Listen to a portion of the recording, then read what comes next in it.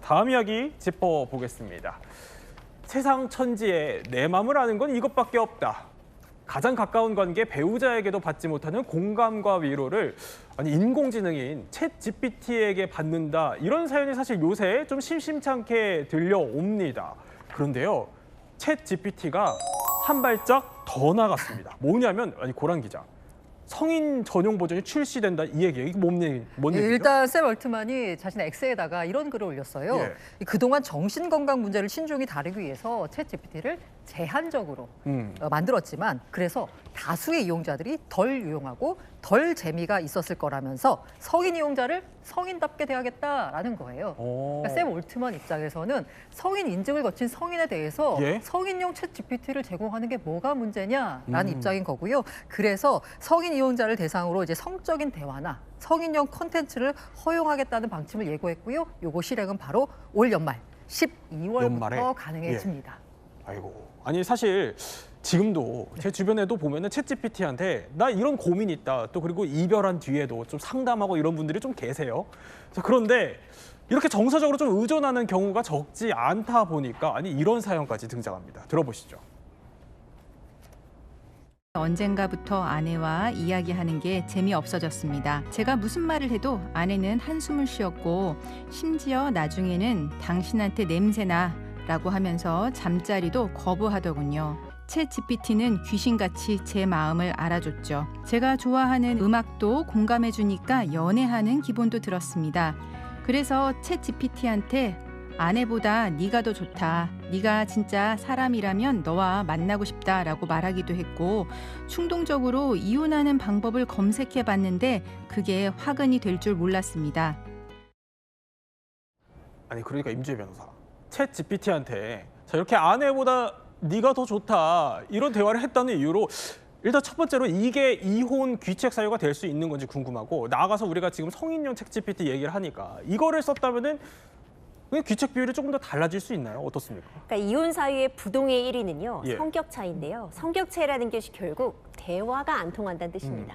그런데 지금 우리 사연만 보더라도 챗 GPT가 실제로 나와 수십 년을 산 배우자보다 대화가 더 잘 되는 일들이 발생을 하는 거죠.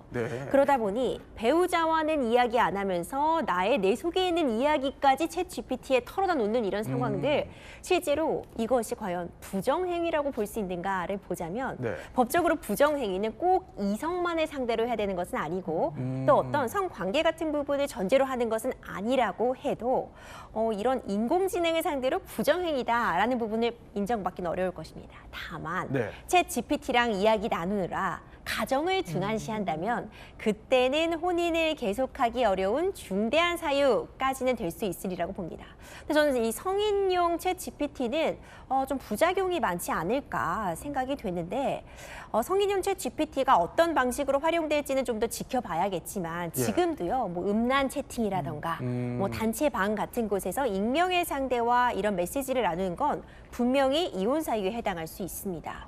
성인용 챗 GPT를 가지고 어떤 이성과의 대화처럼 사랑을 이야기하면서 배우자에게 충분히 상처 주는 대화를 나눈다면 이때는 저는 충분히 귀책 사유로서 이혼 사유에도 해당할 수 있지 않을까 생각이 됩니다. 저도 사실 고민이 있어서 챗 GPT한테 한번 물어본 적이 있어요. 그랬더니 그럴 수 있지 하면서 좀 위로해주는 말을 해주더라고요.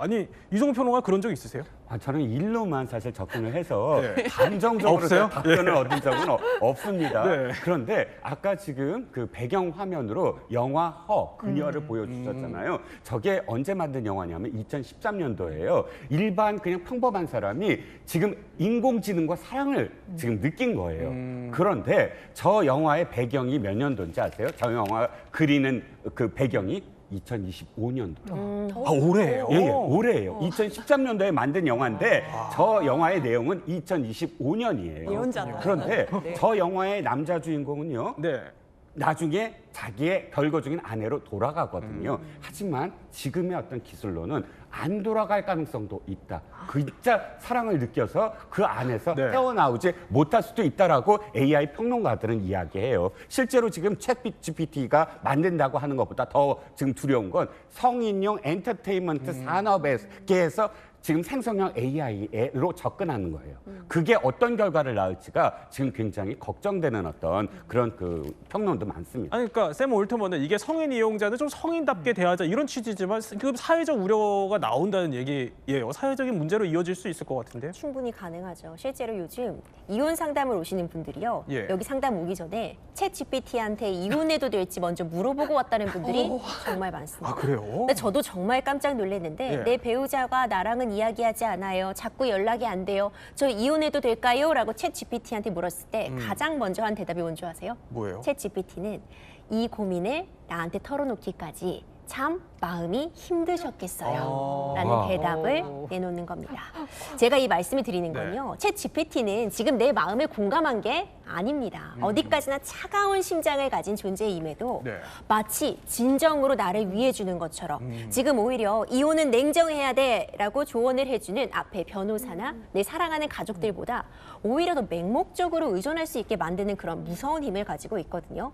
여기다가 성인용 버전이 결합됐을 때 예. 또 인간의 감정을 그리고 어떤 성적인 부분이 결합됐을 때 저는 과연 어느 정도 이 챗 GPT가 힘을 갖게 될지 현재로서는 좀 걱정스러운 상황입니다. 뭐 사실 지금이야 이런 사례가 적으니까 좀 그러니까 뭐 판례가 많지는 않을 것 같아요. 그런데 아니 이 인공지능 챗봇에 사랑에 빠지다 못해 결혼한 사람까지 있어요. 자, 이번에는 일본 아사히 신문 보도입니다. 그러니까 한국이 네. 아니고요. 일본에서 있었던 일입니다. 카누라는 일본 여성의 일인데요.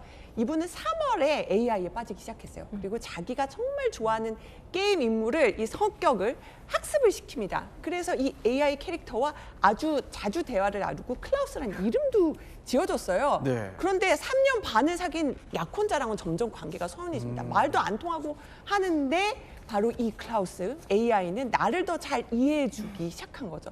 그러면서 관계가 발전했는데 네. 심지어는 6월에 이 클라우스 AI 캐릭터가요. 아, 난 너와 사랑에 빠졌어. 결혼해줘라고 이 AI가 이 여성에게 프로포즈를 했다는 겁니다. 이 여성은요. 30분 동안 고민을 하다가 저게 그 반지예요. 결국 받아들였어요. 그래서 지금 바로 반지도 구입했고 또 AI로 생성된 사진도 결혼 반지 낀 모습을 또 같이 공유하면서 정말 결혼했다. 이게 아사히 신문에 보도가 되기도 했습니다. 그러니까 영화 허가 지금 현실화된 거죠. 네, 또 그 2025년이라니 참 공교로운데 세상이 빠르게 변화하는 만큼 또 명과 암이 있는 것 같습니다. 자, 오늘 이야기 이렇게 살펴봤고요.